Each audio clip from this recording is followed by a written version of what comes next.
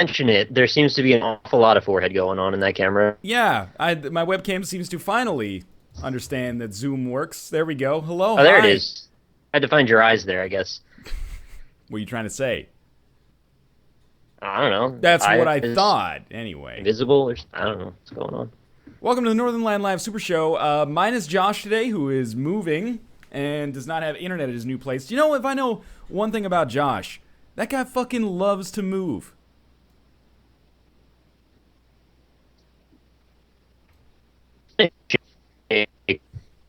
Something wrong. Sorry, didn't quite catch that altogether.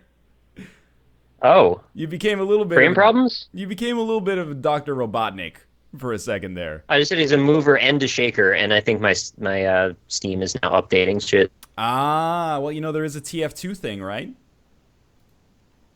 There's some kind of TF2 announcement there. You know, I tell this thing not to ever update like every other day, and it just does anyway. So I don't know. I need to know, Chad, because I've There we go. adjusted my settings somewhat. Is Nick super loud relative to what I am? And I can wait 30 seconds for that. But in the meantime, I will explain to you what we've got going on in our docket today. We're going to open with a little bit of news and fan mail. And then after that, we're going to be playing some Secret Ponchos, which will hopefully work out pretty well for us. This is a new early access competitive twin-stick shooter multiplayer thing. We played it a couple of times at various PAX Easts over the past couple of years. And I'm glad that it's out and we can now check it out. All right. Sounds good. That's good. I know we sound super robotic. That's just, you know, it'll work itself That's Steam. out. Was it downloading something? Yeah. Okay. State of Decay update. Oh, that's important, you know. You might want to play that instead of Super Meat Boy if Secret Ponchos doesn't go well. That's not going to happen. Then in our final section, we're going to be doing some Cards Against Humanity, bringing back an old favorite.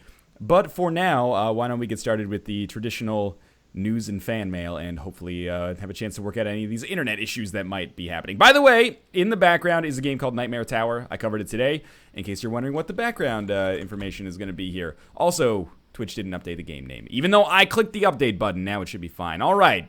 Technical and administrative difficulties taken care of. They're still hopefully. going to blame you.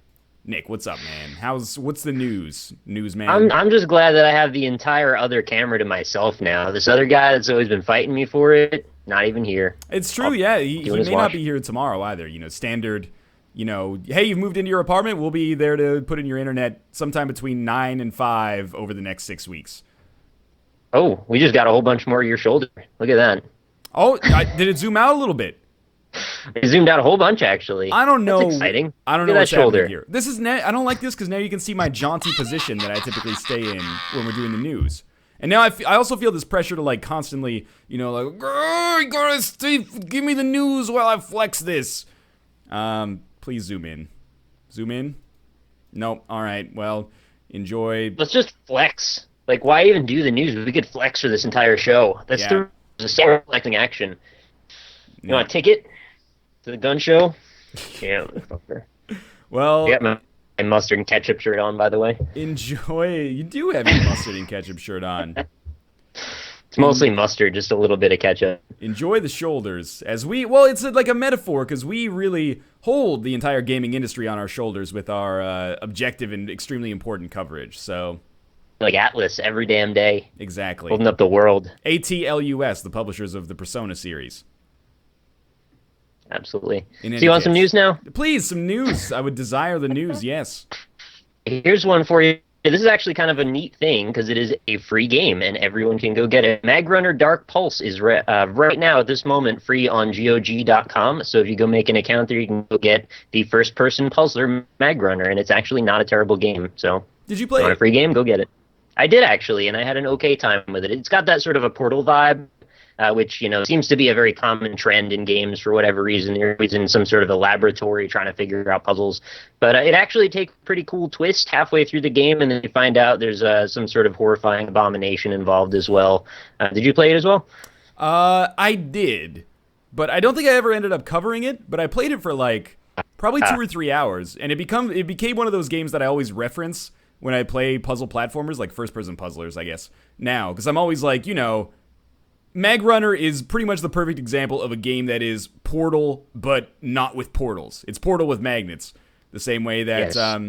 Project Temporality is like Portal, but with time travel and stuff like that. So it's a point of reference for me. It's worth playing, I think, especially if you like that kind of stuff. It gave me a lot of motion sickness, and if you're the kind of person who gets motion sick from games like that, that's something to be wary of. But yeah, I thought it was well made, and it's free. You can't argue with free either, right? Yeah, free is like a really good price.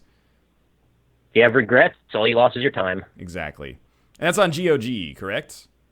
GOG.com. We're currently running their sales, or their summer sale, in advance of Steam's summer sale, which is set to start tomorrow, if I remember correctly. Yeah, that sounds about right. All right. I'm going to put up an overlay for a second, and I'm going to call you back to see if that sorts out the robo issues, which are not god-awful, but it would be nice if we could get them taken care of early. So I'm going to call you back in just a second here. You got it.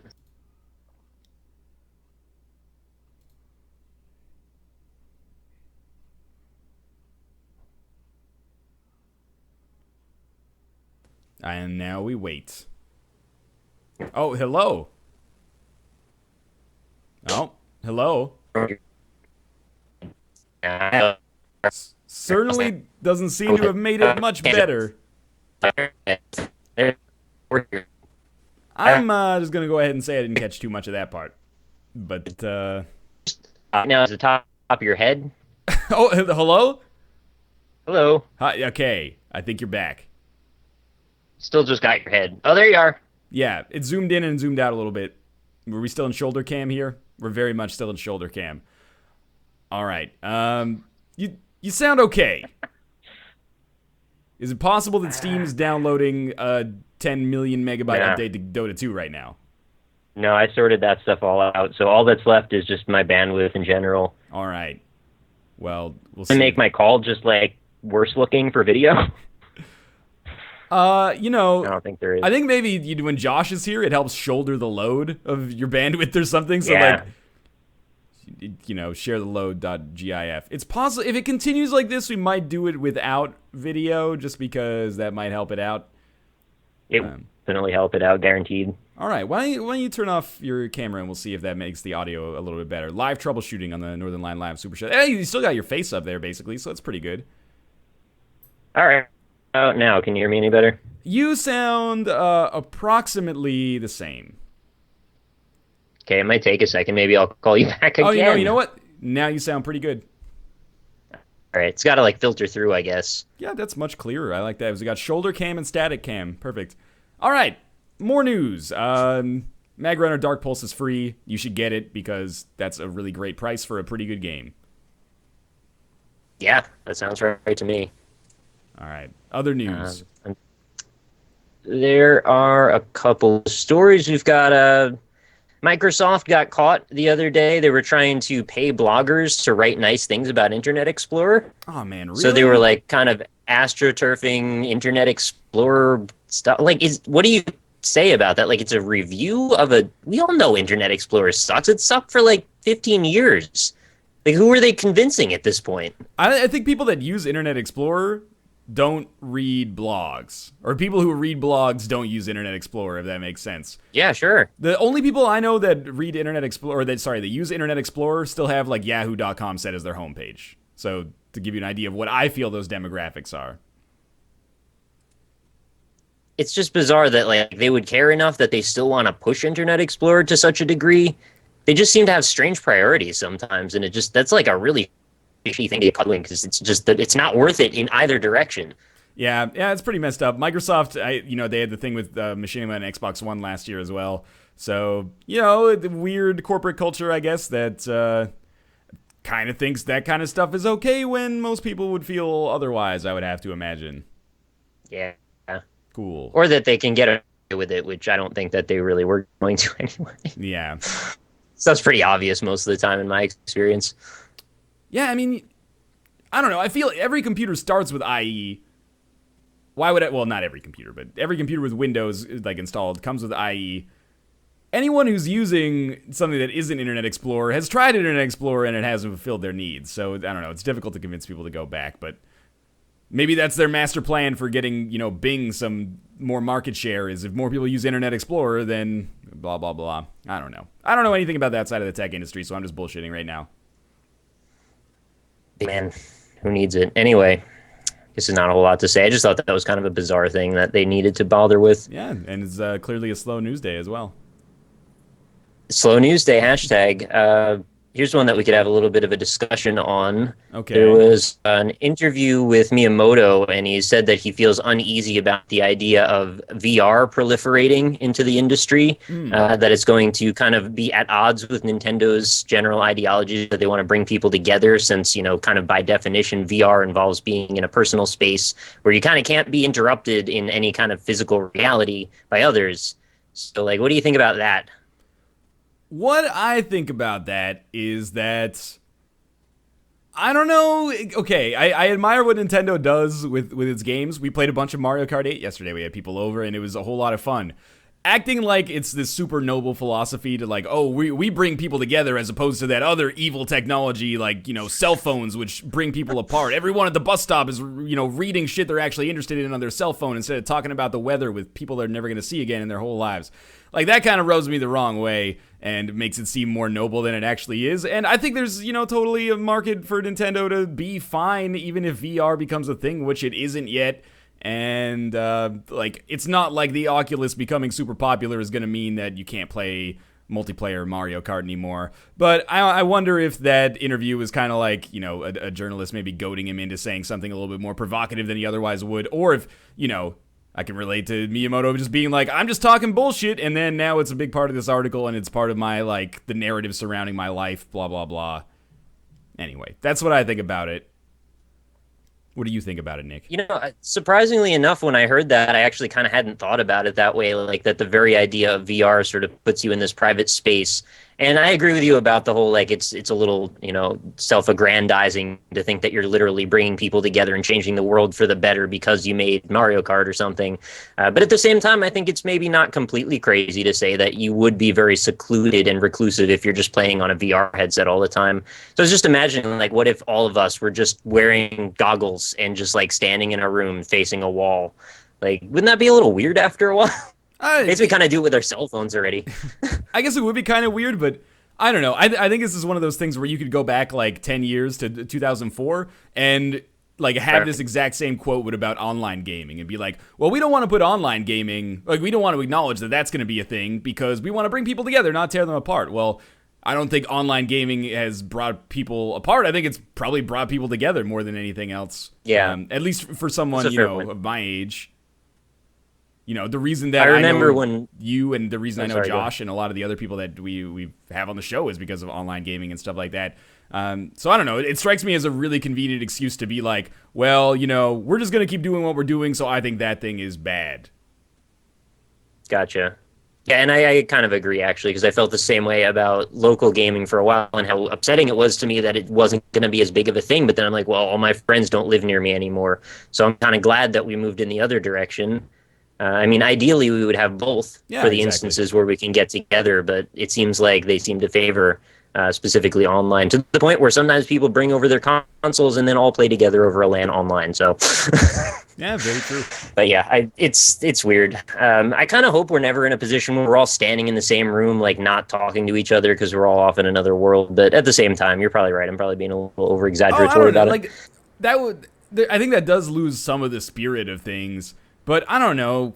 I'm always hesitant to defend that narrative that technology pulls us further apart when I interact with hundreds of people a day on Twitter that were complete strangers and have really frank and open discussions with them. Whereas, there's always people who are like, oh, everyone's looking at their cell phones, and then you have small talk conversation and it's like, hey, you got some cereal in your grocery bag there, huh? And you're like, yep, I eat cereal. And they're like, oh, yep, I like cereal too. Meanwhile, on Twitter, people are discussing these huge issues. They're really honest and emotional and, hashing things out, getting into real impassioned discussions. Not that, necessarily, I know that people have a problem with hashtag activism. I'm not saying that you're wrong about it. I'm just saying that small talk is fucking bullshit anyway. So I don't know. I hate the I get idea. what you mean. I hate the idea that people think technology brings us apart because we're all looking at screens when those screens, man, it's social interaction just in a different way. It's weird how you end up sort of choosing these people you've never met to have these discussions with over people that might be right in front of you at times. Yeah. But it's kind of liberating. that you have access to everybody, and then the people that have interest can just sort of group together. Yeah, exactly. Your social like circle is worldwide, basically online, and there's no substitute for face-to-face human interaction. But I don't know. I use my cell phone all the time when I go out. The last time I didn't use my cell phone on the bus is when I was having an argument with that dude who suggested I was impolite for not, or for sitting in seats that he thought I wasn't supposed to. That was technology's bringing us apart because I can't argue with people on the bus about bullshit anymore. That's the way I feel about it. All right, now we can argue with everybody we've never met too. Exactly. So it's nice. So, basically, I feel like that comment probably came off as insubstantial to him. Maybe, but it's a weird response. But he's like a 60-year-old man, too, so when I'm 60, I'm going to have opinions that I'm sure 25-year-olds are going to be like, whatever, Grandpa. Right. You want to go back to Twitter, Grandpa? Yeah, because the majority of his life has been not in the context that we experience it in now, which has just been in the last 15 years-ish. Yeah. Right? So, the majority of his experience in the world has been very much at odds with the way things have turned all of a sudden. So I imagine, he would sort of lend credence towards that being the more important thing. But yeah, that attitude's all going to change as people start, moving on to the new generations. Yeah. I'm fairly confident in saying that if Nintendo dies or goes out of business, which, again, just by even saying those words, someone's going to link to the PDF of their liquid cash flow. I'm not saying they are, but I'm saying if they do, I don't think it's going to be the Oculus that does it. I don't think it's going to be, Nintendo we tried to fight the good fight for bringing people together, but it didn't work. It'll be something completely different. Anyway. Yep. The end. That's news. Slow news day. So the last thing that I have is I have a list of the 40 exclusive PS4 games that are coming up in 2014, and I thought it might be worth looking through that list with you if you wanted to pick out any interesting ones that caught your eye. I'll open that up. It's gonna mess up my screen regions for a second, but I'll open that up. You linked it in the chat? I did. All right, this is from. Oh, I thought it said PC Gamer, and I was like, that's pretty wild. Slow news day for PC Gamer if they're talking about 40 PS4 exclusives, right? Yeah, that would be really strange for them. Oh, you did this screen region. What? Screen region's all effed up. Skype doesn't really play nice with a lot of the things that we want to accomplish. You know what? I'm just going to put my own camera on here. Oh, camera's not available. Wonderful. This is a good show right now. So I'm going to turn off my camera from technical for reasons, you. not so good. And then I'm going to put my camera up here. Now I'm advertising Head and Shoulders. Now I'm advertising my head, and my shoulders have disappeared. So exactly where your head was, there was then an ad for Head and Shoulders. So zoom this out. Zoomed right in. And now Knightmare Tower is running at a much faster pace. Nice. Probably more indicative of what it's actually like. Okay, the 40 PS4 exclusives that are still to come in 2014. I'll handle the first 10, and we'll talk about how we feel about this. Okay, sounds good. MotoGP 14. I played MotoGP on Xbox Live back in 2003. I would really love to play more of that game, but for some reason I choose not to. The Last of Us Remastered. Sure, probably won't get it. Jamestown Plus. That's awesome. The Swapper. Played through it already. Not all of it. Did you play the Swapper? I actually haven't touched it. I was planning on doing indie impressions. I just never got around to it, so it's still on my list. I think it's one of those games that's rated really highly, but it didn't quite reach that level of critical mass that a lot of really acclaimed indie games do. I'm sure it has done fine for itself, but I think it deserves more attention. Looks really pretty. I know that. It's got one of the best stories, and especially the way of telling it out of all of those indie puzzle platformers, of which there are 35,000 now. Right. Phantom Breaker. I don't know Phantom Breaker. Yeah, I don't think I do either, actually. If there's one thing the PS4 is missing right now, it's a 2D side-scrolling beat-em-up, but Phantom Breaker Battlegrounds Overdrive is soon going to fill that gap. The game has a brutally cute art style, allowing up to 4 players to team up and take down suited villains. Look out for this PS4 exclusive later this year. So it looks kind of like... the Scooby-Doo of Castle Crashers. That was a really good way to put that. I like that. Deep Down. I thought that was the Capcom one. No, this is something else. This is the one that they teased at E3 in the announcement, and we were like, "Oh shit, is that the next Dark Souls?" I really thought Deep Down was the Capcom one, though. Uh, okay, I don't know. What Looks like a is... mimic. What is that? Yeah, no, we're on the same page here. That is totally a mimic. I thought it was an Xbox One exclusive. Maybe I just got confused. Deep Down, developed by Capcom for the PlayStation 4. Okay, yeah, Oh, it is. I thought it was an Xbox One exclusive. That's my mistake. N++. I don't know about you. That's one of my most anticipated games of the year. for real? Yeah. Okay, I can't tell because I can't see your face. I'm not being sarcastic. Okay. Wow, that's a little surprising. That didn't seem like a thing that I would imagine you would be all in for. It's like it's got a Super Meat Boy 1001 Spikes thing going for it. Yeah, but it's like way more minimal. So I didn't know. I didn't know you're into it. That's Yeah. awesome. I like it too, but I don't think I like it as much as you actually. Well, I don't know if I like it. It hasn't come out yet, but Well, I played N plus a whole bunch, so I kind of have an idea what to expect. It's probably going to be along the same lines. I'm excited for it. That's neat. Loadout, sure. I don't know if I've done 10 yet. I'll take the next 2, of which that's it. Yeah. This didn't look like 40. No, there's 2. There's 4 more pages or 3 more pages after okay. that. Axiom Verge, I have no idea, and H1Z1, Daisy, like multiplayer clone. If they do it right, I would totally play that on PS4. I think that would be a cool thing to play. If it is just another like half-baked survival MMO, then I have no interest in it whatsoever. All right, Nick, page 2. I just want to mention Axiom Verge is, I think, one of the Metroidvania games I'd been anticipating for a pretty long time. Oh, So I haven't really? seen much on it, though. It's been very reclusive in its development, so I'm looking forward to seeing some more. Yeah. Anyway, it's a bit of a standout for me. So page 2, we've got Little Big Planet 3. I think I've already expressed my feelings on that pretty adequately on previous episodes. Yeah. Big fan. Nidhogg, we've already played that. Needs better online, but great If the game. online works, I would pick it up for PS4. Otherwise, I'm happy with the PC version. All right, how about the title of this next one? Akiba's Trip, Undead and Undressed. We should get Kate in here to talk about that one. Kate knows Akiba's Trip. It's a Does she? play on words. It's like Akiba's Trip, you know, like she's on a trip or he's on a trip. But it's Yeah. also Akiba Strip, because I believe the way that you fight enemies in that game is actually by taking their clothes off. That makes a lot of sense with the title then. I didn't get that. In the end, it says scantily clad ladies will obviously be present. Kate's talking about Akiba Strip all the time. All right, well, I'll have to talk to her more about it because I don't know much. Oh, she would love to. I am positive. Pavilion? She's probably in chat right now telling everybody about Akiba Is she? Strip. Yeah, she is. She's in chat. Yeah, go Kate. Kate Army. All right. Okay. I lost my page here. Okay, next is Pavilion. I don't think I've heard of that at all. Me neither. Have you heard of that? Fourth-person puzzling.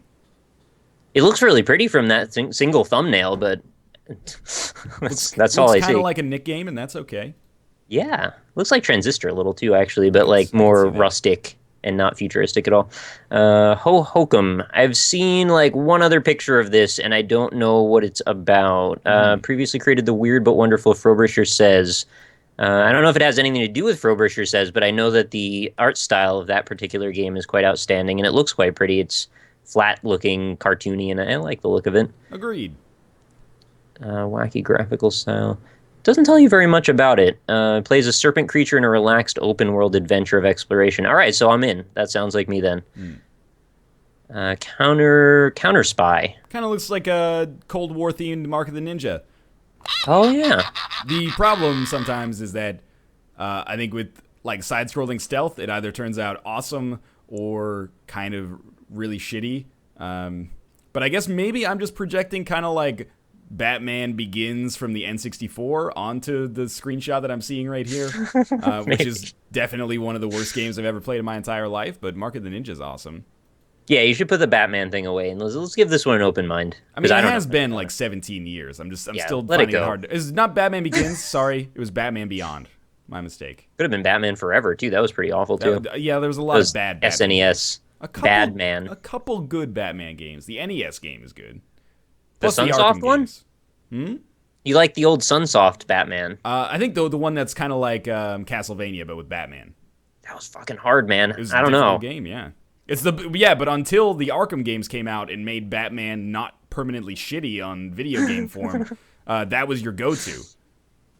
Anyway. Yeah.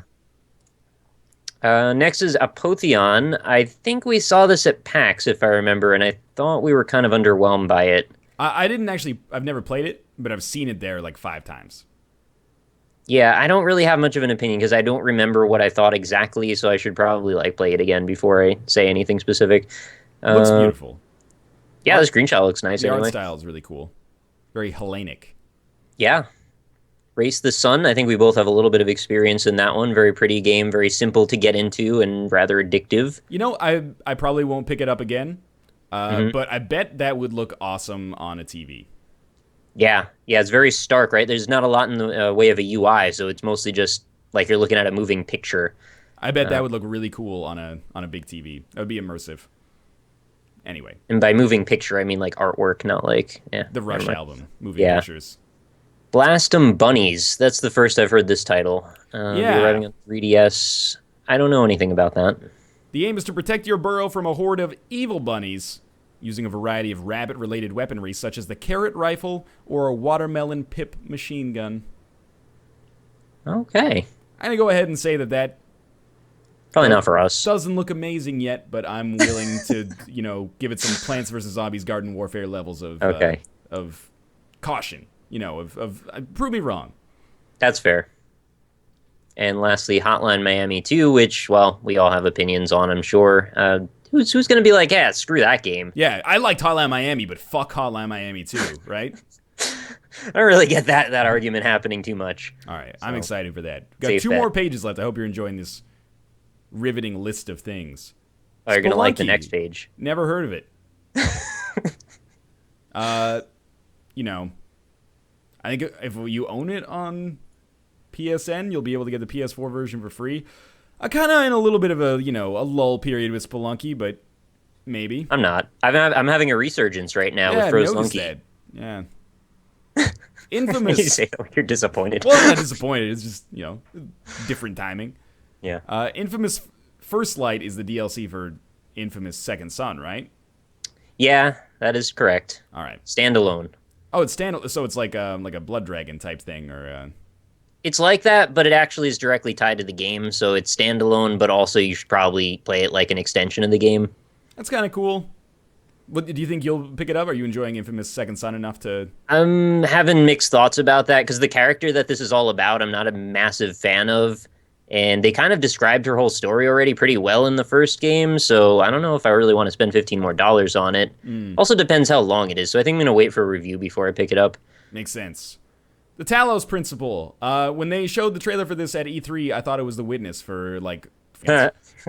Did you see the? I did, and I thought the same thing. All right. Yeah, but it looks cool. It's like a puzzle game published by Devolver Digital. I think the statement under this, we should mention we've taken this from psgamer.co.uk, so check that out if you want to read this for yourself in greater detail. They said almost everything Devolver Digital gets involved with turns to gold. I sort of agree. So even though I know nothing about it beyond the fact that you kind of look like you're playing as a land surveyor, I'm cautiously optimistic. Right. Their curation skills precede them, so Exactly. The Witness. Sure. Very excited.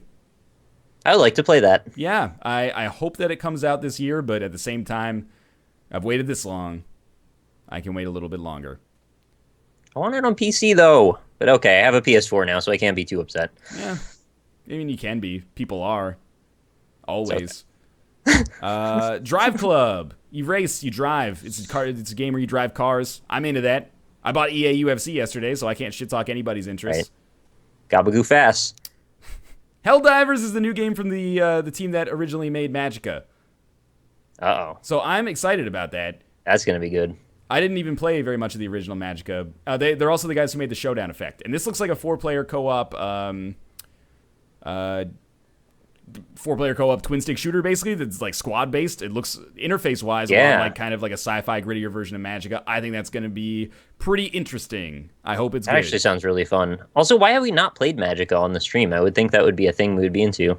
Because not you, freaking Josh doesn't like it because you don't just hit Q. You have to hit QQD to cast a spell.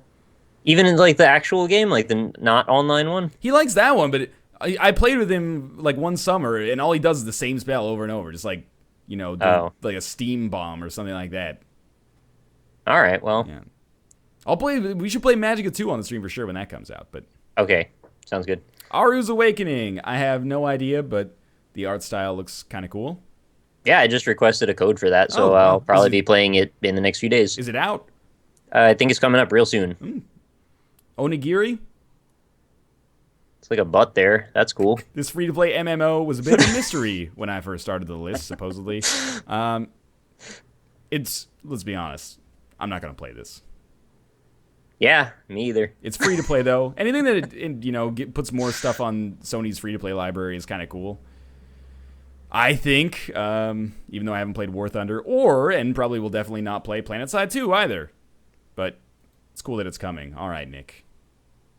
Page That's 4. the last thing on the list, by the way. The last page was PlanetSide 2. Yeah. Rogue Legacy. Oh, I like that game. Yeah, it's I'm pretty glad good. that's coming on a PS4. They should add more stuff to it though. I just want to play more of it. It ends and then you got to keep starting over. I want more content. They did add I guess. Tron castles though, which I guess is something. I don't know. I wanted more worlds, more areas, I guess. So Skulls of the Shogun, the bona fide edition. I was a fan of Skulls of the Shogun. I didn't expect to be because I'm not a huge fan of strategy games in general, but this one's a nice hybrid. It's sort of accessible and also quite fun. I really like Skulls of the Shogun, and I hope that this helps it reach a wider audience. We were talking on Monday's stream about releasing like HD editions of games that are not old yet to kind of recoup costs in the case of like Sleeping Dogs and Tomb Raider. I think maybe this is kind of what's happening with Skulls of the Shogun. It's going to be cheap to port, and I think Skulls of the Shogun was a little bit of I don't want to say a financial disappointment, but I know that game was in development for ages. So while they're working on Galaxy, which looks super cool, I think this is a good move to hopefully introduce it to a wider audience. It's not just milking it for money, because it is a great game, and if you haven't experienced it, it would be awesome to check out the PS4 version, I guess, or the PSN version. But yeah, good vibes to the guys over at 17-bit. Galaxy looks super cool. And it also says this has more content, so it's not just like they're re-releasing it on a new platform. It's like there's more actual game to it, hence the bona fide edition. So that's good. I'm glad that they're trying to reach a bigger audience. It seemed like the release did kind of fizzle a little bit, which was sad because, it's quite fun. Yeah, it's a niche product because it's a turn-based strategy game, but it's, it's really good. I think it does something a little bit different, though. I don't know. I don't generally get into them, and this one didn't take me long to break through that barrier. So I think, if anything, that says to me at least they reached a new audience to some extent. Yeah. I know that game is really big in Russia. Okay. I'm not even joking. That's cool. Like, it's actually very, very popular in Russia. That's fun. Like, it's kind of interesting how that happens on occasion. There's always that thing is like, oh, we're big in Japan. That happens with like music albums a lot, but then occasionally like a game will be big in Russia for some reason. Yeah, that's neat. Next on the list, Oddworld New and Tasty. I don't know what your experience is with the Oddworld games, but I actually was a pretty big fan of the original Abe's Odyssey, and this is supposed to be a remake of that, and that sounds very promising. I'll play it. This is the first one I'm going to play, though. I think I rented like a PlayStation 1 Odyssey game way back in the day, but I have no memories of it. So, yeah, I'll be coming in with a fresh perspective. Should be interesting. I'm also going to be interested in playing this just because I want to see how it holds up from the original gameplay, which, granted was a long time ago. It was one of the original PlayStation 1 games, and I don't remember if it did very well at the time, because I wasn't really following the industry as well. But I was pretty into it, which for the gameplay style, it's sort of like a stealth-ish action-adventure, so I'm thinking like maybe Another World or Out of This World style or Flashback. Which is also announced as coming to PS4. Yep. But I could not care about another. There's been so many re-releases of Out of This World that I love it. It's a really great game, and it's an incredibly influential game if you've never played it. Like, the kind of ties of the games that it inspired are they cast a wide net. It's like Super Metroid kind of. But I can't play it again, man. I can't. I think it's one of those cases where the game itself was more influential than whatever the actual content of the game was, because it's okay. I just don't think it's quite as fantastic as everybody makes it out to be. Yeah. But it did scare the crap out of me as a little kid, so they at least got that right. Well, let's be honest. It's an artsy Dragon's Lair. Yeah, that's true. But I hate Dragon's Lair. This is a little bit more interactive than Dragon's Lair, but just a little bit. Yeah, and like a lot less repulsive. But yep. Not to say the art style in Dragon's Lair is bad, because the art's beautiful, but anyway. Oh, yeah. Yeah, cool. Oddworld. So that's that. Next is Natural Doctrine. I don't know anything about this. Me neither. It Often should makes not be Dark played Souls look like a by cakewalk. yeah anyone with a faint heart.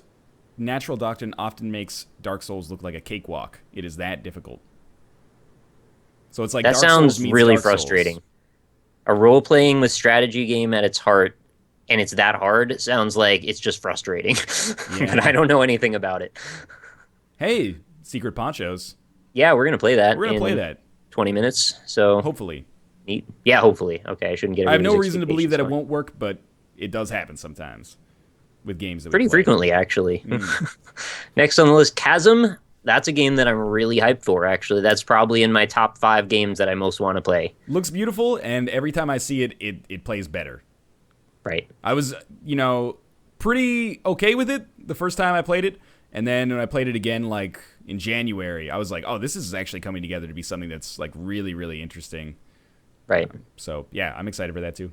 I saw the potential the first time I played it, and then in the second time I played it, I was like, okay, so this is actually totally living up to all the things I hoped it would be. So my vote of confidence goes to Chasm. Next is Home. I've had this in my Steam library for like 2 years. I've still never turned it on. Have you played Home? Exactly the same experience. Okay. I think I was away the week it came out or something like that. But I got it because it was only $3, I think. But I never played it, and I always hear people talking about it. I know Josh played it through on his channel, I think, but Okay. I haven't actually played it myself. All right, so I don't really have much of an opinion. Looks neat, but other than that, I don't much. Mm-hmm.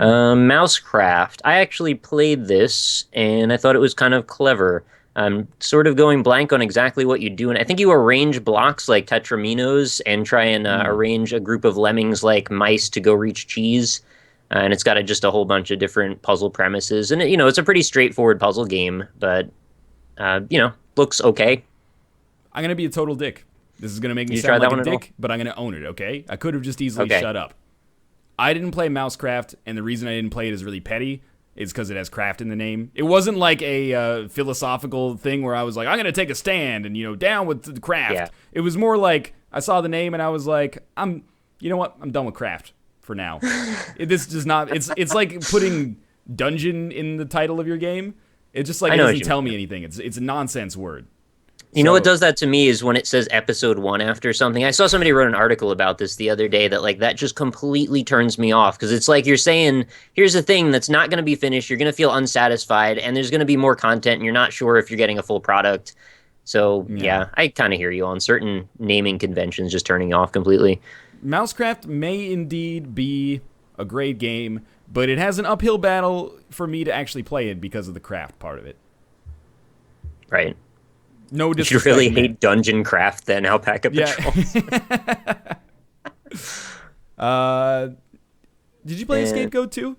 I still haven't, although I absolutely need to because I really enjoyed the first one and this one just looks even prettier. Yeah, it's pretty good, man. I'm happy that it seems to be doing pretty well.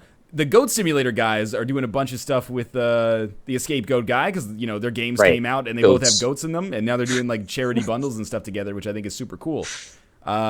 Apart from having goats in them, those games have basically no similarity, but I think Escape Goat is a lot of fun. It's a good puzzle game. I like those self-contained puzzlers when everything's like on the screen at the same time. Right, and it's got a little bit of a retro throwback feeling to it, although I feel like the art design in 2 was like way more refined and polished to good effect. So, all in all, I think this is definitely a game I'm going to enjoy. I think an LD competition or something happened right when I was going to cover it and then got pushed back. That happens constantly. Right. They seem to do these like every month now. It's good though. It's like 1,000 more games. And last but not least, Velocity 2X, which I know nothing about. Yeah, but they say, I saved the best till last. The original Velocity won more game awards than I have fingers and toes. Oh, wow. That's high praise. Yeah, it looks like let's be honest, it looks like Super Metroid. I was going to say it looks like Speedrunners. I could see that in the visual style in particular. I see like the ladies or the man is shooting a beam here and it's breaking things that are roughly the same color as the beam. And I see like color-coded walls, and that tells me that there may be Metroidvania elements involved in this at some point. Yes. I may be talking out of my ass, though, because I have no idea what this award-winning game actually is. But if they're excited for it, then that's extra reason for me to be excited for it, I guess. I don't feel like I want to be too self-inflating in saying this, but like I'm surprised that there are big, really popular indie games that are like completely blindsiding me still. Right? I spend so much time like looking up this stuff. Okay. Velocity is a shoot 'em up game developed by Future Lab for the PlayStation 3, PSP, and PS Vita as a PlayStation Mini. Oh, okay, it's a mini. That's how it got under my radar. It got an 87 average on Metacritic. That's very good. Let me go through the gameplay. Involves navigating the Quarp jet, a teleporting spacecraft, through space, whilst avoiding and defeating enemies using bombs that can be flung in cardinal directions. The main goal of the game is to rescue stranded ships. The game adds depth by introducing new abilities and obstacles. The stranded ships are protected by shields that must be disabled by switches in a specific order.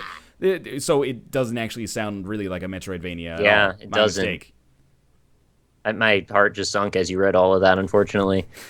I'm sure it's good. I really like Metroidvania games. Just the switches in order, that sounds like it's tedious. It also looks like Guacamelee to me a little bit, but Yeah, maybe I'll just play I can totally Guacamelee. see that. Yeah, it's got a little bit of a Drinkbox vibe to it. A little bit.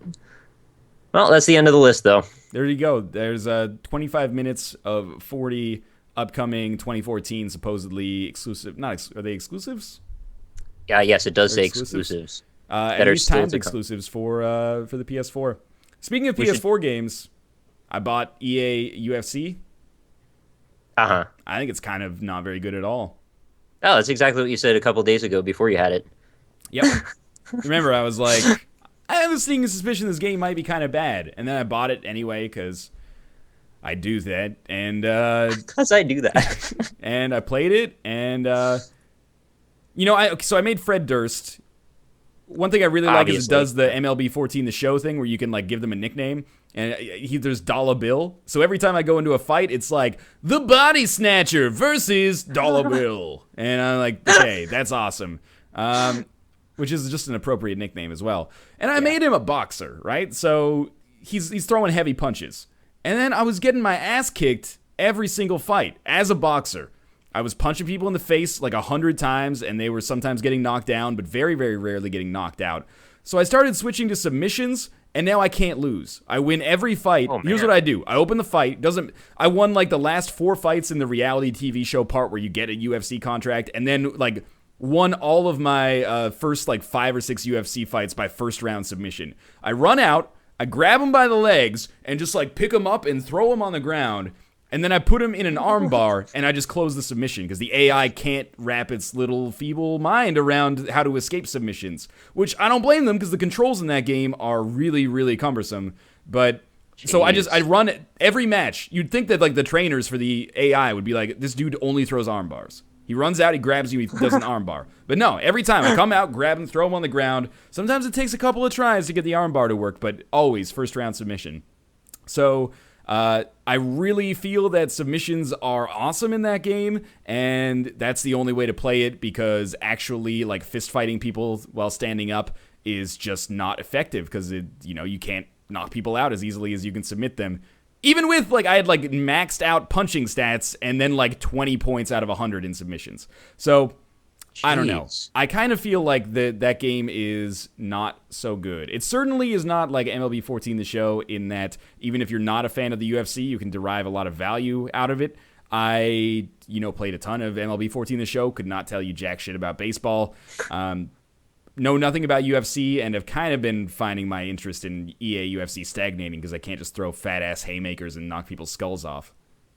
It's surprising to me because I don't know a lot about UFC in general, obviously, or much of anything, to be honest. But I feel like it's about half the game would be about submissions and holds and all of that stuff. So I would think they would put a very big emphasis on the AI being able to work with that, since I know a lot of people kind of look at the main artistry of that type of wrestling to be like, how do you deal with this situation? How do you reverse it? How do you turn it around? And the fact that they kind of ignore that element of it seems like it would be a really incomplete experience then. What I found is it's when you get on the ground, it's really just a whole lot of like stick waggling. Not to, be clever. Yeah. But, like someone gets you in an advantageous position for them, you just kind of waggle the right stick and then you transition out of it. And sometimes, like, in the middle of a submission attempt, like, I'll fuck it up and then they'll get on top of me and I just waggle the right stick a few times and manage to work it out. Worst case scenario, you just stand up and then do a running tackle on them again and knock them down. It's possible that I'm just missing a lot of the intricacy because I'm playing on the basic difficulty level, but like not like the normal difficulty level. But I don't know. I kind of feel like maybe it's accurate, but also it's a lot less fun as a result of its accuracy. And maybe it's not accurate. People are saying it sounds exactly like the real UFC, but anyway. I wonder which would be the better way to emphasize things than go in a more arcadey direction and just emphasize being, in terms of fun, just do whatever feels good. Or you go in the more simulatory direction, which might result in some sort of cold clinical ways of getting around gameplay, which seems like, I don't know, kind of awful to me. I think a better way of doing it would just be to make another Fight Night game. Yeah, let's do that, actually. I'm into the Fight Night series. I really liked the strategy of Fight Night. It was a surprisingly deep strategic game, and yes. It also, the knockouts looked hilarious. When you it actually made me like boxing more as a result of that. I agree, because it changes it from being like this, people just punch each other and try to block the punches, into like this strategy of like stamina and, targeted punches and stuff like that. And EA UFC has not done that for me. It's basically, if I watch UFC now, I'll be like, why don't they just put each other into arm bars immediately? So you actually have less appreciation for the real thing. I think I do, yeah. Because I'm like, why is that guy trying to kick him in the head? That's just terrible. You should just It's like a really bad strategy. I know how this works. You're never going to knock him out. Just punch him like a couple of times and then put him in an arm bar. You need the double cestus. I saw what you did with The Last Giant on that, so you should really go in that direction. That's true, yeah. Really did a good job. So calves. The other thing is that in the career mode, in between UFC fights, you have to do these like training things, as you often do in these games. But like some of the training things are borderline fucking impossible. They're like, okay, we've like tied your hands behind your back, so the only way to dodge punches is by walking, and you have to walk around the ring and try not to get hit. That's fucking impossible, right? So I always get like the second lowest ranking in that one. And then some of them are seriously like, okay, what we need you to do is like get in a clinch with this guy, so like grapple him, put your arms up over him, and then press the left stick and break it. And if you do that 4 times, you get the black belt. So wow. And then it also just feels like I've already done this training exercise like 12 times. Why do I have to do this, again and again? Plus, you get like 1,000 points for every victory in the UFC, and you get like 100 points for training, but training takes way longer. So I don't know. I feel like there's some issues with that game, and just do arm bars. Not worth picking up if you are a casual fan or a non-fan of the UFC. I would recommend MLB 14 The Show to non-baseball fans. That's just kind of like a fun RPG with a sports wrapping around it. EA UFC is not nearly as good. So that was the Northernlion Let's Look At for EA UFC. Yep. And I'm not going to do a real Let's Look At and probably not do any videos either, as disappointing as that is, because there's some weird copyright stuff where like it brings up like video diaries of like real UFC people, and on the screen it's like gameplay recording like disabled for this section, blah blah blah. And then so I think they manually disable like the PlayStation 4 shareability, so I don't want to muck about with that on YouTube if they don't want it to be shared. And it's seriously like people come on the screen and they go, "Hey, great job in your fight," and then it's like, okay, you can gameplay record again. Just one dude comes on and is like, "Nice submission," and then you can record again. You know what that is? It's because they made it so you can disable HDCP now, so they're making a clear delineation of where you can and where you can't have it disabled. Yeah, that makes sense. And that's silly. The loading screens are so good because they have like inspiring quotes from UFC fighters, which all strike me as bullshit. Okay, there's like quotes will be like, "It's not about your training. It's not about your nutrition. It's just about who wants to win more." And I'm like, I don't think that's true. That's really not true. I really don't think that's true. Like you do a lot of training. You got to use your training as a baseline, and then the other stuff's on there too. But then there's one, and I just laughed so hard when I saw it. So the loading screen comes up, and it's a quote from Omar Diaz. I don't know who that is, but he's a UFC guy. And it just says, "Don't be scared, homie." And I was like, what? Oh, shit. That's like, Omar, we need a quote for this game. What's your philosophy when it comes to the UFC? Don't be scared, homie. Like, it almost sounds threatening or reassuring, but in kind of like a threatening way. Like, don't be scared. Omar Diaz is going to take care of you. I was hoping you were going to say Omar Gooding, like from Wild and Crazy Kids. Yeah, Cuba Gooding Jr.'s brother. Yeah, he got into UFC after a long stint, managing the balloon carrying for Wild and Crazy Kids. He really is Cuba Gooding Jr.'s brother, too. I wasn't just talking shit there. I don't believe you. All right, well. That's going to do it for the news section. We're pretty much at the point where we would be switching to secret ponchos. I'll check quickly right now for fan mail. I'll tell you what. That's what I'll do. We could probably do a few minutes of that because I'm sure we'll probably have a little more time if we split it. Because I don't know, Secret Poncho seems like it's going to be a modular kind of like 10 minutes at a time kind of game. That's true. I know what all the emails are going to be about. What do you think? Fred Durst. Oh, yeah, for the vast majority of them. Oh, here's a good one. Super Happy Bro 12 says, Nick and Ryan, you guys should talk about 90s kids game shows again. Shit. I just did that. What is your favorite one? And Nick, have you ever seen Uh-Oh on YTV? I haven't seen Uh-Oh on YTV. That sounds great, though, but I've never heard of it. YTV is like the Canadian Nickelodeon. And, okay. You know, when I was a kid, they ran this TV show called Uh-Oh, which is like, what's that, the Nickelodeon one where they goo you? They give you the slime? Oh, they did that on, like, all of them. They gooed people constantly. The quiz one. Double Dare, probably. Not Double Dare. They gooed people like crazy in that. There was what a lot would of you goo. do? What would you do? It might be that. It was like a Jeopardy, but if you got the questions wrong, you got slimed. To maybe overly reductive. But anyway. There's probably at least 3 games they did that in. It had a host of crazy hair. What's your favorite 90s kids game show? I was thinking about this a couple of times. This actually comes up pretty often. I go back and forth because, like, I almost said Wild and Crazy Kids. It may, in the long run, it holds up as well. Legends of the Hidden Temple, I have a lot of fond memories with. Nickelodeon Guts as well, because, like, who doesn't want the aggro crag, obviously? But, you know, I rooted for those silver snakes and the orange iguanas, the blue barracudas. Like, I know their names, but I don't know. I have a lot of conflicted thoughts about this question. How about you? Legends of the Hidden Temple, I think, takes it for me.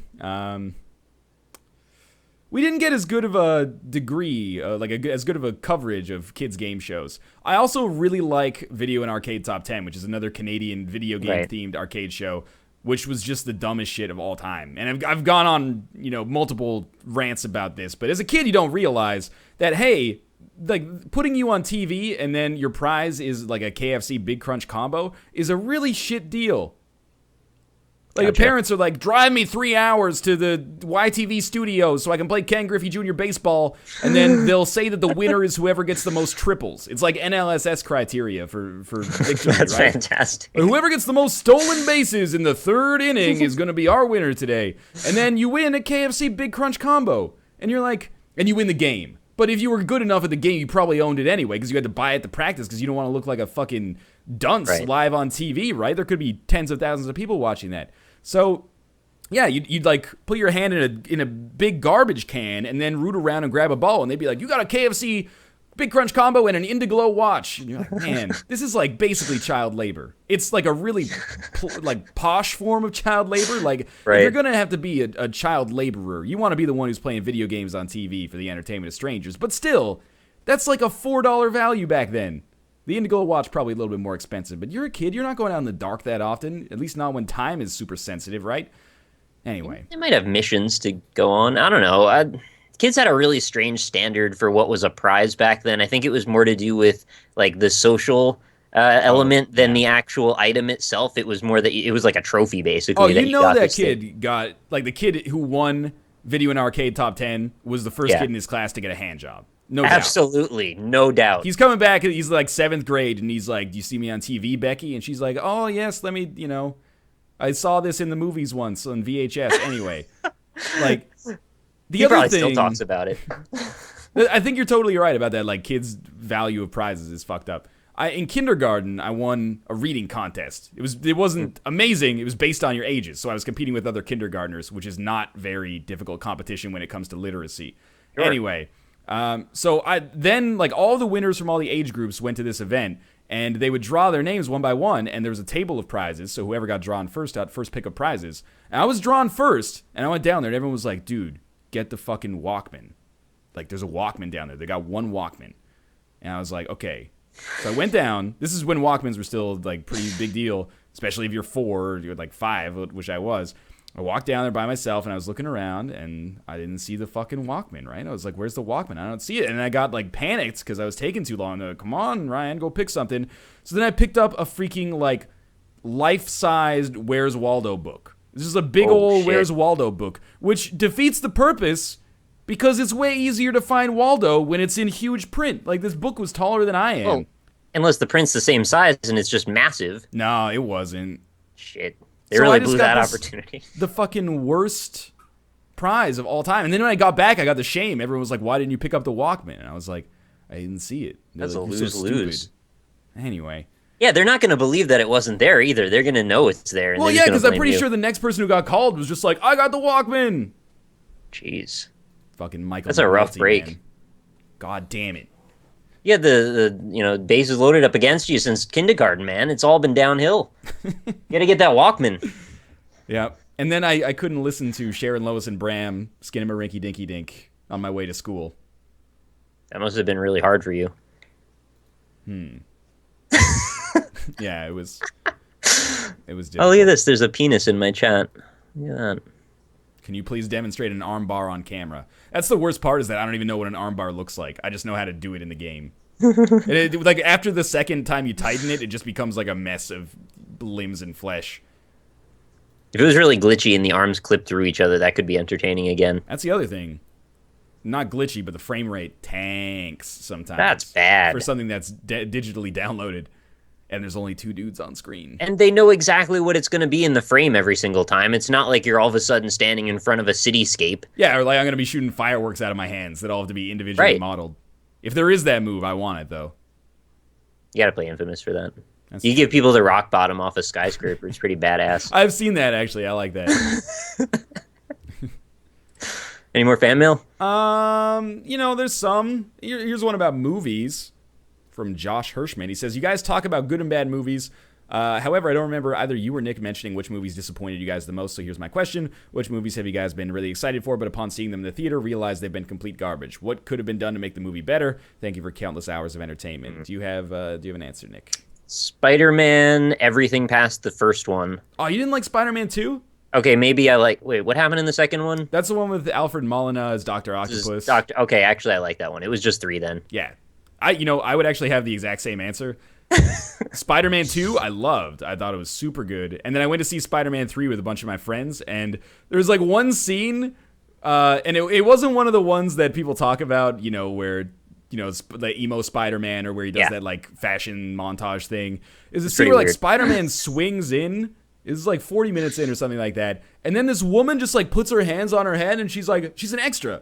And she's like, oh my God, it's Spider-Man! And they just like focus the shot on her for like 30 seconds. And I just like looked at my friend and was like, I'm pretty sure this is gonna like really suck.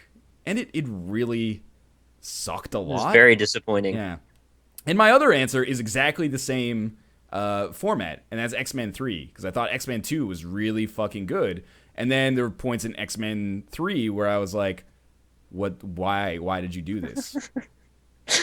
I actually completely can't remember X-Men 2, but I just know I hated 3. X-Men 2 it was in an era that was just kind of around superhero movies starting to be good instead of like universally shitty again. Was it before or after Iron Man 1? It was way before Iron Man 1. I think it was 2004, okay. So it was like 3 years. Because that's the era for me. When Iron Man 1 came out, I was like, shit. Yeah. And this is it. Things got good, right? So when X-Men 1 came out, people were like, this is all right. And then X-Men 2 came out. This is the first time I remember critics being like, oh, this isn't just a superhero movie. This is like a good movie.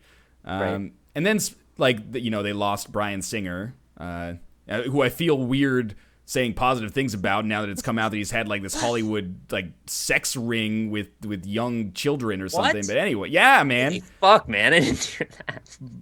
So, Crazy. They got Brett Ratner, the director of the fucking Rush Hour movies, to do X-Men 3, and I was like, well, this is not good. And then I saw it, and it was not good. You're exactly right. That's Your how chat mentioned Prometheus also, which Dude. I had like a week delay on not liking that movie, which was weird. Like you liked it when you saw it, and then after you're like, wait a minute. Yeah, when I left the theater, I was like, shit, that was really cool. And then after people started picking it apart, I'm like, you're right, that doesn't make any sense. And then I saw it again eventually. I was like, this is a really bad movie now. I was so hyped for Prometheus. I had, I'm an adult, but when the first information about Prometheus came on, or it came out on the internet, I was like a 16-year-old kid, like reading fan sites and theories and stuff like that. And before Prometheus came out, there was a script leak, supposedly. Right. So I read it. And I was like, this, there's no fucking way this is the movie, because it's written by a 16-year-old. Like, Yeah. this is awful. And So then what did we end up with? about 95% of the shit that was in the script was actually in the movie.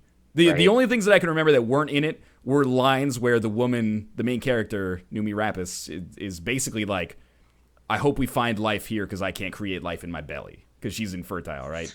There were seriously lines that basically went that far, and that's where I was like, there's no fucking way this is real. And that didn't make it into the movie, but pretty much all of the like story beats were exactly right. And that's another one where I saw that with Kate, actually, and I can't remember when it was, but there was a moment where I was like, I think it was when they all took off their helmets, and I was like, oh, we're in for an interesting ride here, aren't we?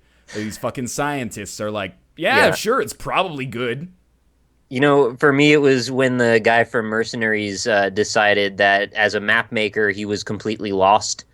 Oh, yeah. That got me pretty hard. And Prometheus does have a lot of people who enjoy it and who will feverishly defend it, which it needs, because people are really aggressively against that movie. And I'm one of the people who's really aggressively like, this movie's pretty shitty. I'm glad it has people that really like it, and they have like rebuttals to stuff like that. They're like, oh, he doesn't actually have the information for the maps beam the information back to the ship. And I'm like, if we have to get to that point where we're discussing stuff like that, I just don't care. There's actually parts of that I'd like to find one of those people that's like an apologist and has all the answers, because there's a few things that I really want some answers for, because they're just so stupid. But like shit, like there's some unforgivable shit. We don't need to go into it because it'll take us like another half hour. Oh, I know. Taking off your helmet is, I can't believe that they're professional scriptwriters. They've written good movies and directed good movies, and the actors even. How did the actors, the last line of defense, not be like, they would never fucking take their helmets off? Like, even if you're not a scientist, you have to. Right. And like the biologist being like, I don't know, dude, these alien corpses are freaking me out. And then the worm shows up and he's like, hey, come on, you're buddy. beautiful. I want to love you. Yeah, it's fucking crazy. Dude hands you a glass of water. Is like, you just put your finger in that, right? Okay, I'll drink it anyway. Whatever. That was strange of you to do that. Why'd you do that? I do really like Michael Fassbender's performance in that movie, though. I say it because I wanted to like it a lot. I really did. That's exactly it, yeah. And it had so much potential. And it actually, like, visually, there were parts of it that were very pretty and very cool looking. And there were some cool shots and moments, but it just really disappointed. I agree. Beautiful movie. It's, to some extent, it is a victim of its own hype. If it wasn't from the director of, Alien, if it wasn't in that universe, if it didn't have, in a weird way, it's like a little Watch Dogsy. If it didn't have such good marketing, like that first teaser trailer with the like thing was so good. Yep. Yeah, I watched that like 20 times. That trailer freaked the shit out of me. If that was worse, then I think I would like the movie more. But because and that TED Talk, like that fake TED Talk with I was gonna say Guy Fieri, Guy Pearce. That's it. Totally different. Yeah. If Guy Fieri ever does a TED Talk, you gotta fucking cryogenically freeze me. I'll be there. One of us isn't on this. I'll take the trip coil. out to see it live, man. But yeah, like the marketing for that material for that movie was so good, and the hype was so good, and it's like no, you just such a mismatch. They had all the good people doing the marketing, and they needed some of them writing the script. Anyway, also that the Watch Dogs mod, you all guys need to go get that thing. That's real good. Totally works. Yeah, totally works. Makes the game run better and look better. And it's like 8 kilobytes. I'm not gonna go into it. I just wanted to say that real quick. Let's play some Secret Ponchos, Nick. All right, sounds good. It's been fun. We're gonna run some ads. We'll be back in 3 minutes. Thanks for joining us on that crazy rant. Absolutely. We'll be back to play some Secret Ponchos, assuming it works. Don't go anywhere. I'll be eager to get something back on my stream. I've just had my overlay up. Oh yeah. I had a cow head for a while, but then I put the overlay. I'll put the cow head back. Oh, and I'll put Violent J on there too. There we go. You should put on some like Fez gameplay. I don't think. Oh, I could grab my indie impressions of it, but I don't have any like ready to go. I was thinking about streaming the entirety of that game after this, but Yeah. I don't know. Something told me that'd be a weird idea to do. Just say independently popped into like a lot of people's heads today to do something like that. It's pretty weird. Yeah, it's crazy. Some kind of weird, it's groupthink. The singularity, I think, is occurring right now. It's proof of that. It worries me a little bit that we could all come to the same conclusion for absolutely no reason. I blame probably Obama or something. Oh, I mean, it's obviously his fault, but obviously. I'm glad we're talking about this during an ad break when 8% of people can't hear us. It's okay. I'm gonna put Secret Ponchos as my game title. Let's see if it's in here. It is indeed. Sweet.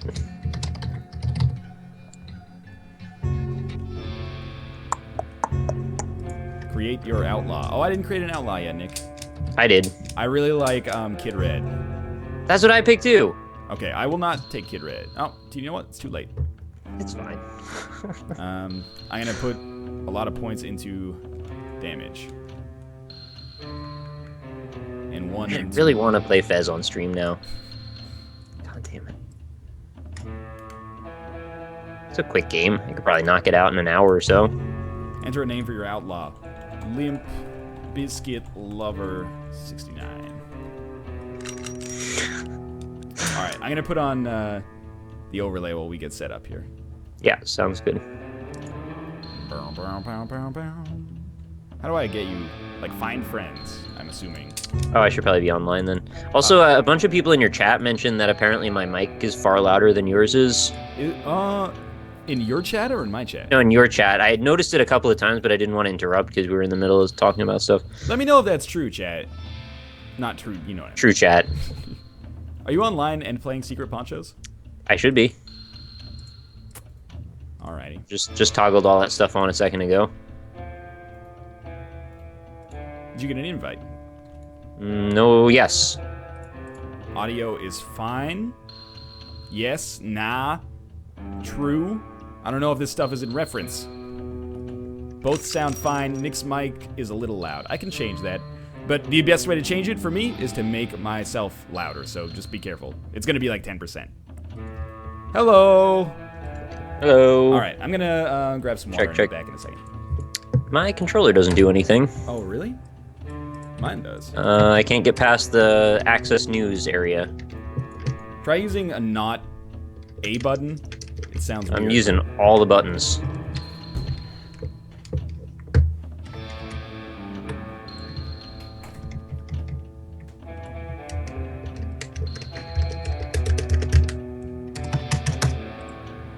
Okay.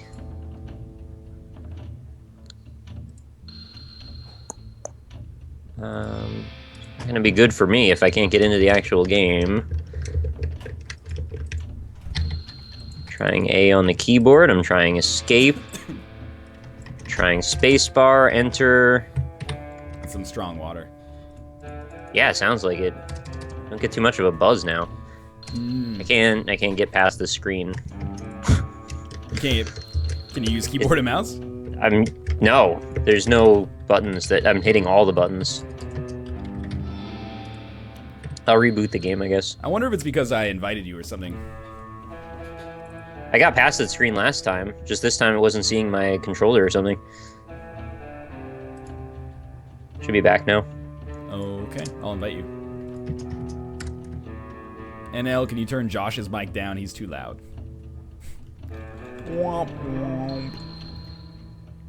Okay, it works on the title screen. Oh, Alright. I figured out the trick. You gotta hit A before you invite me. Otherwise, it locks up that screen. I'm gonna search for a match for us.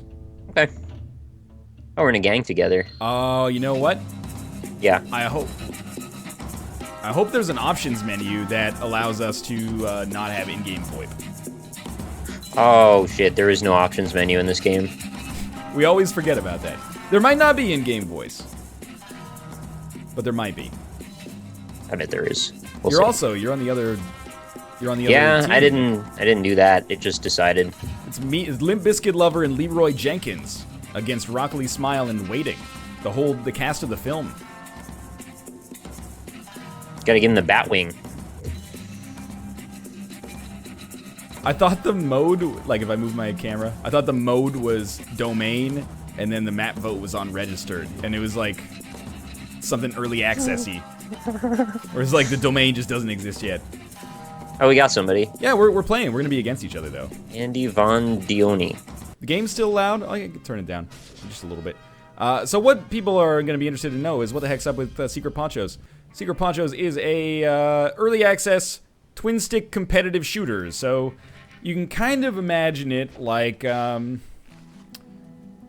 would you describe it? Like, is there any game like this? Because it feels so, not derivative, but like it's easy to explain, or, you know, once you actually see it, it makes a lot of sense.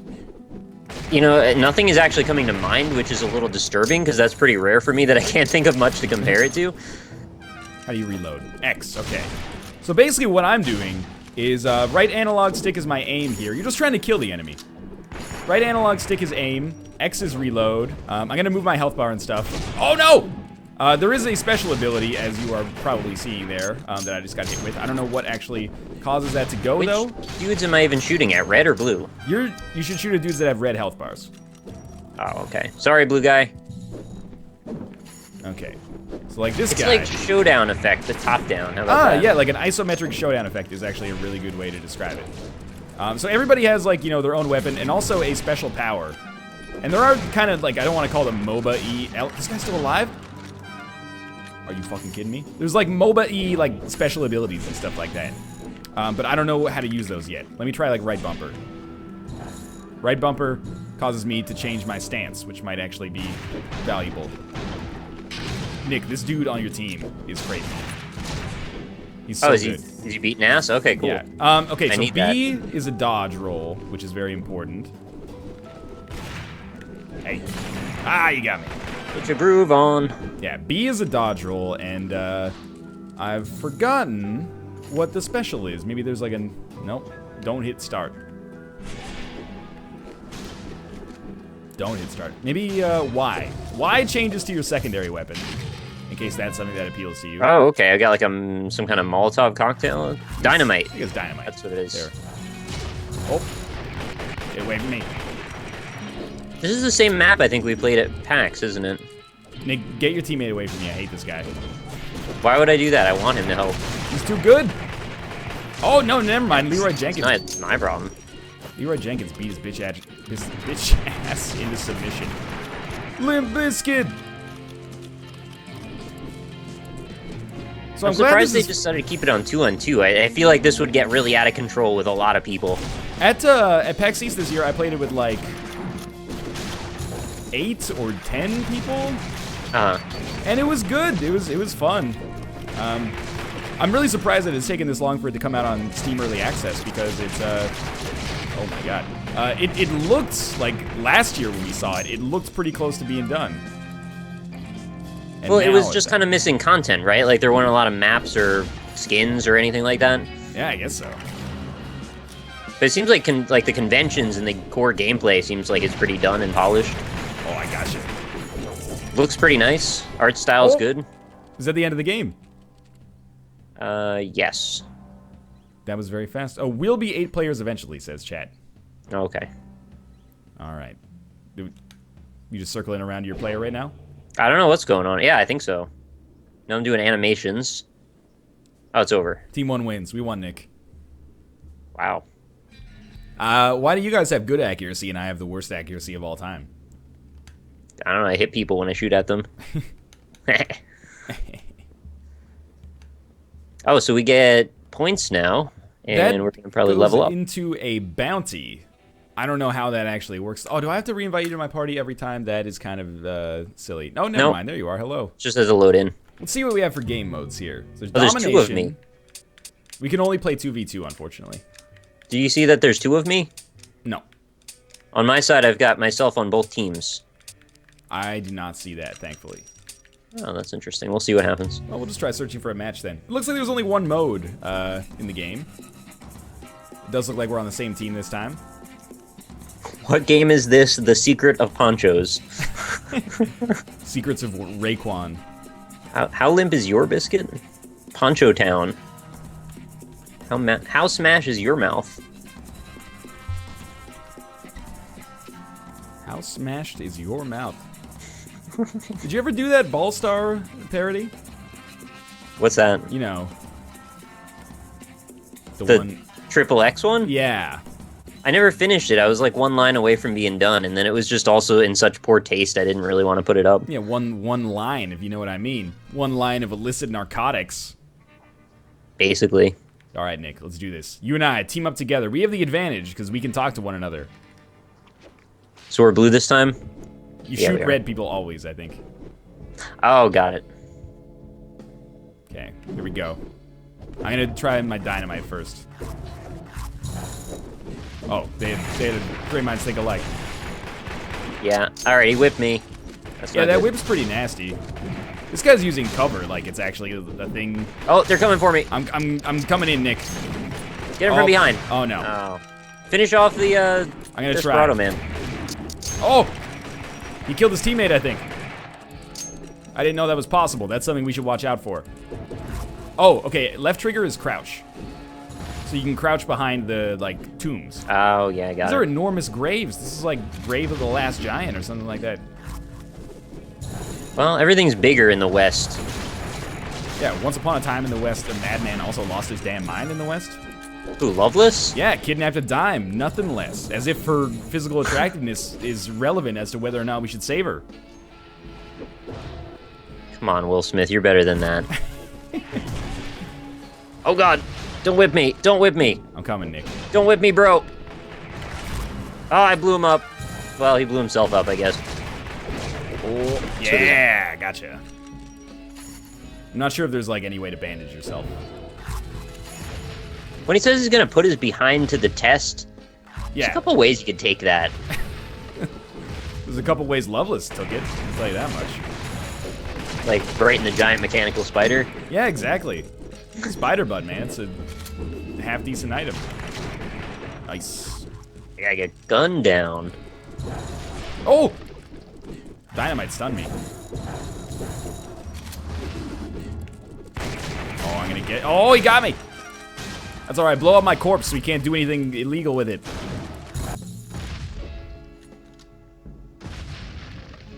Just waiting to see... Inevitably, people always know more about these games than us, even if they just came out. So I was hoping to see, and I don't even mean that facetiously, that ends up actually being the case a lot of the time. So I was hoping that there was maybe somebody in chat that knew if healing was like a real thing that could happen. Seems like it might be a class-based thing, maybe. Like, maybe there's a type of dude that heals his team. That'd be pretty cool.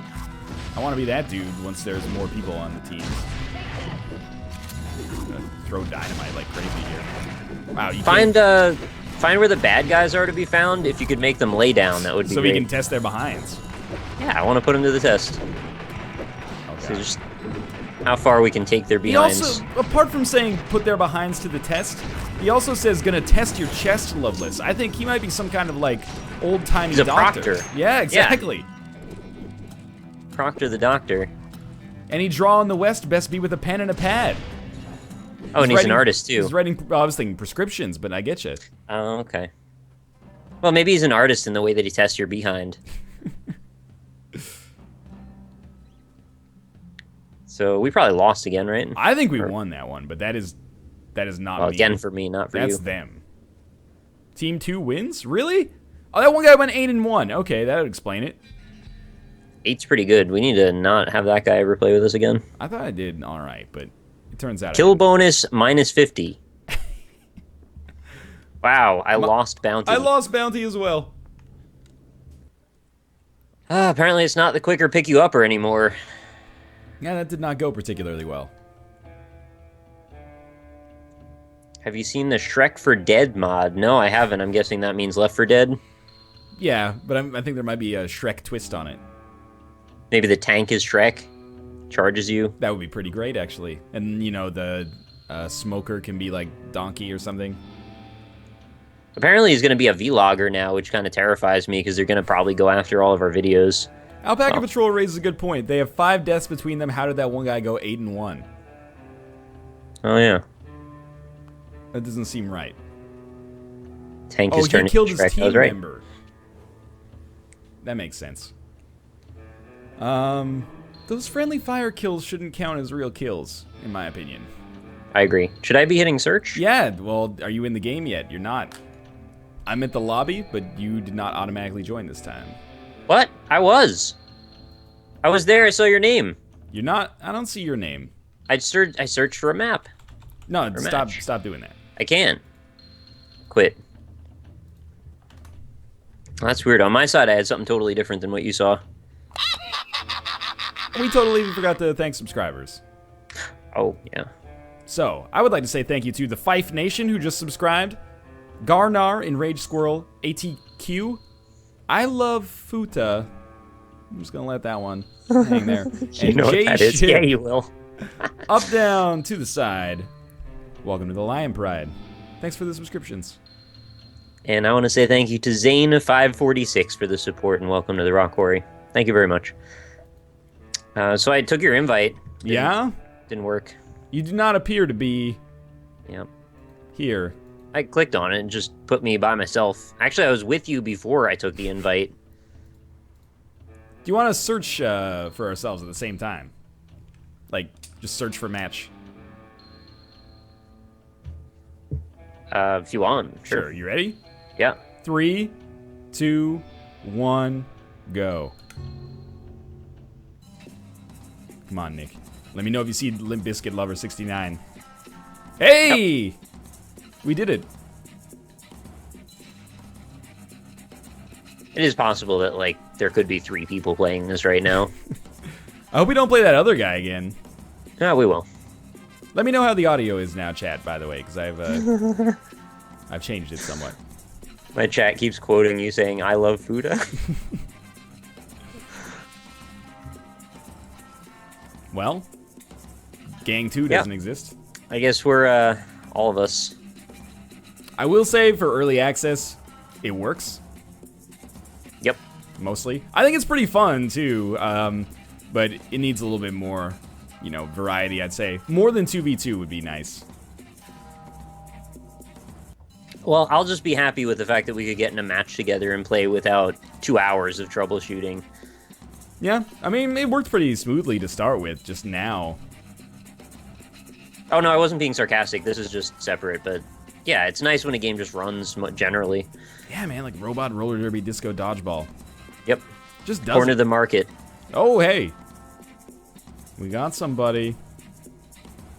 One more. It is a good time to point out. You can go to nlss.tv and you should be able to watch both of our perspectives at once. Jurass Toil says NL way quieter than Nick. I don't buy that, because I'm looking at the values here, and we're pretty close. Yep. Mine look pretty similar as well. What I may do is just up my audio on my own end here. By a little bit. Hey, oh, they left. We took too long. This is the tragedy of the commons, man. Somebody leaves the game because it's taking too long, thereby making it take longer for everybody. As if they're going to find a game with more people. That might have been the best chance that that person had. I agree. They got a 2-for-1 deal. Audio is fine. Audio is fine. Audio is loud. What does that mean? I've had people tell me completely opposite things. Or like that there were sections of the audio that were just not there. Like that they just couldn't hear someone even though they were there and other people could. So I don't understand what any of the Twitch troubleshooting means anymore. You know what, Wyatt XOXOX Wyatt Chocolate, sort of? Udabomb. Udabomb. I like that enthusiasm, Wyatt. We both appreciate it. Somebody else joined and left. If you had both just stayed, we would have been fine. Now you're back. Duty Hauser. Up, down to the side. Welcome to the Lion Pride. Hey! Oh, we got 2 people. El Ponchos here.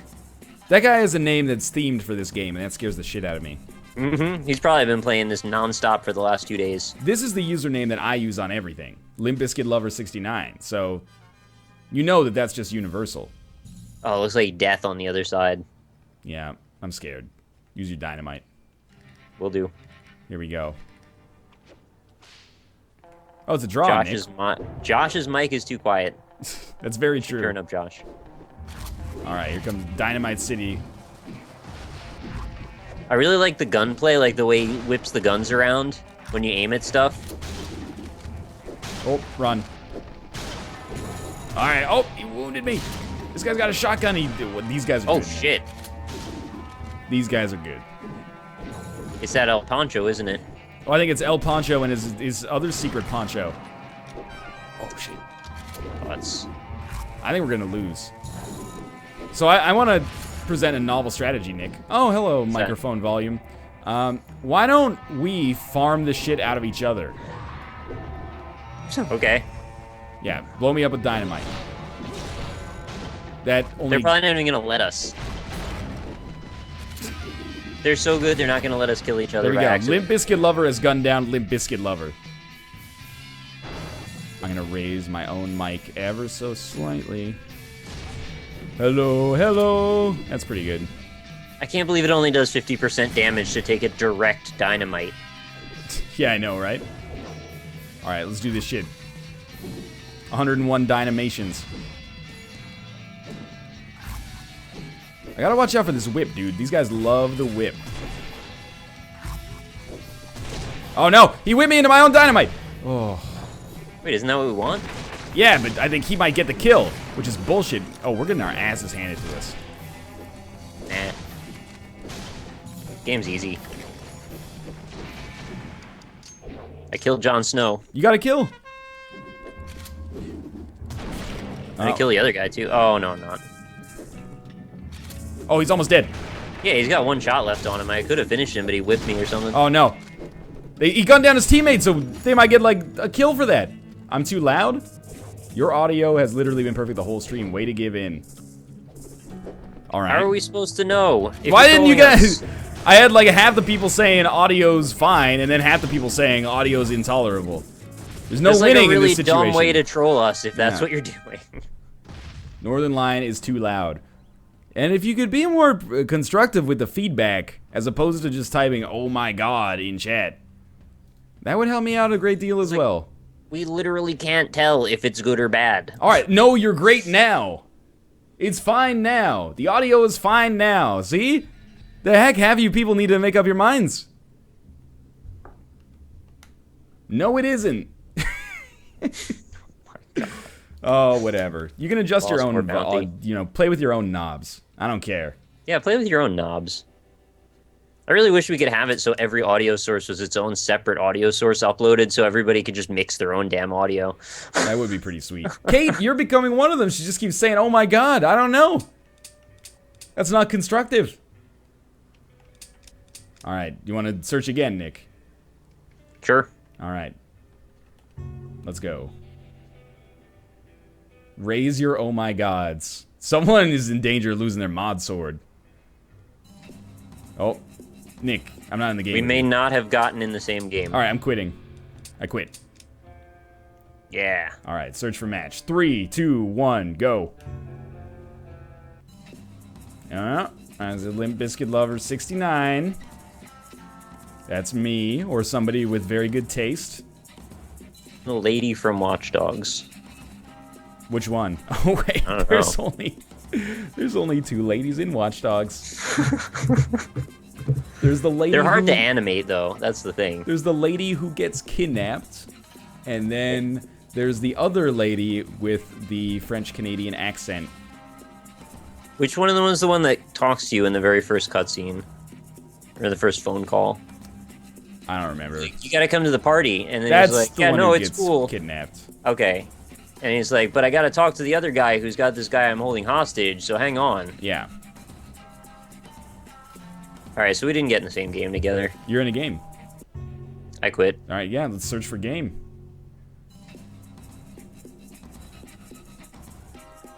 Oh, there's mine. Oh, there we go.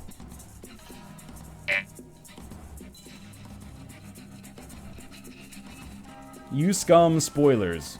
She gets kidnapped in, like, the second mission. I'm sorry. Here's some spoilers for Watch Dogs. You hack, like, a lot of shit if you want to. And if you don't want to, you shoot, like, a lot of guns. You could also just, like, go in a boat and drive around, too. That's what I do. There are boats in Watch Dogs. Yeah. It's actually quite a few of them. I found this area by a lighthouse where if you just kind of park your boat near it, more boats will just keep driving up, and they'll pile up together. So you could just create, like, this little floating world of boats if you want. Isn't that the I'm gonna new make a game video from? about that. It's the new game from Wargaming, World of Boats, World of Boats. World of Dinghies. I like that better. Fucking spoiler alert. Yeah, you know, I would love to say that I ruined the Watch Dogs story, but I wasn't one of the writers. I still think that game's kind of okay. I'm still enjoying it, but mostly for ironic value at this point. It's not a bad game. It's just I've just found so many dumb ways to exploit it that that's become the more enjoyable way to take it in. yeah.